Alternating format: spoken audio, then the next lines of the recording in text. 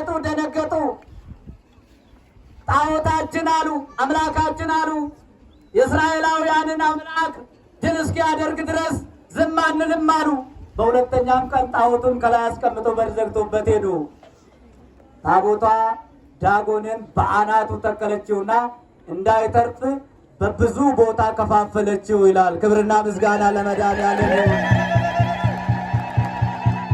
ዛሬ ይህንን ታላቅ በዓል የምናከብርበት ዳጎን የተዋረደበት፣ ሳጥናኤል ያፈረበት፣ ታቦተ ጽዮን የሙሴ ጽላት ድል ያደረገችበት፣ ለወገኖቿ ኩራት የሆነችበት ታላቅ በዓል ስለሆነ በድጋሚ ደስ በላችሁ ክርስቶሳውያን።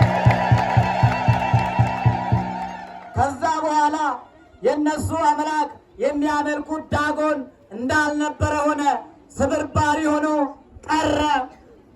በፍርሃት ታቦተ ጽዮንን ማየት ጀመሩ።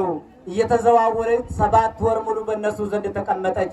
በተቀመጠች ጊዜ በአገራቸው ላይ መቅሰፍትን እያደረገች፣ በመጨረሻም ደግሞ እነሱ በሰረገላ ላይ ታቦቷን ጭነው ወርቅና ብር ሰርተው ወደ አገሯ ታቦተ ጽዮን እንድትመለስ ተደረገ። ከኢያሱ እርሻ አጠገብ ይላል። በዚያ ካህኑ እያገለገላት ለ20 ዓመታት ቆየች። በመጨረሻም ደግሞ ልበ አምላክ ቅዱስ ዳዊት በጽዮን ከተማ በታቦቷ ፊት እየዘፈነ እየዘለለ ከደስታ ብዛት የተነሳ ታቦተ ጽዮን ከምርኮ ወደ አገሯ ተመለሰች ይላል። ክብርና ምስጋና ለመድኃኒዓለም ይሁን። ወዳጆቼ ጽዮን የሚባሉት የመጀመሪያዋ የዳዊት ከተማ ናት። የማን ከተማ? የዳዊት ከተማ ጽዮን ትባላለች። ሁለተኛዋ ታቦተ ጽዮን ናት። ማናት?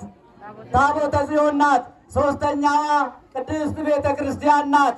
አራተኛዋ አማናዊ ጽዮን ቅድስት ድንግል ማርያም ናት። አምስተኛዋ ደግሞ ደብረ ጽዮን የምትባለው ተስፋ የምናደርጋት የእግዚአብሔር መንግስት ናት።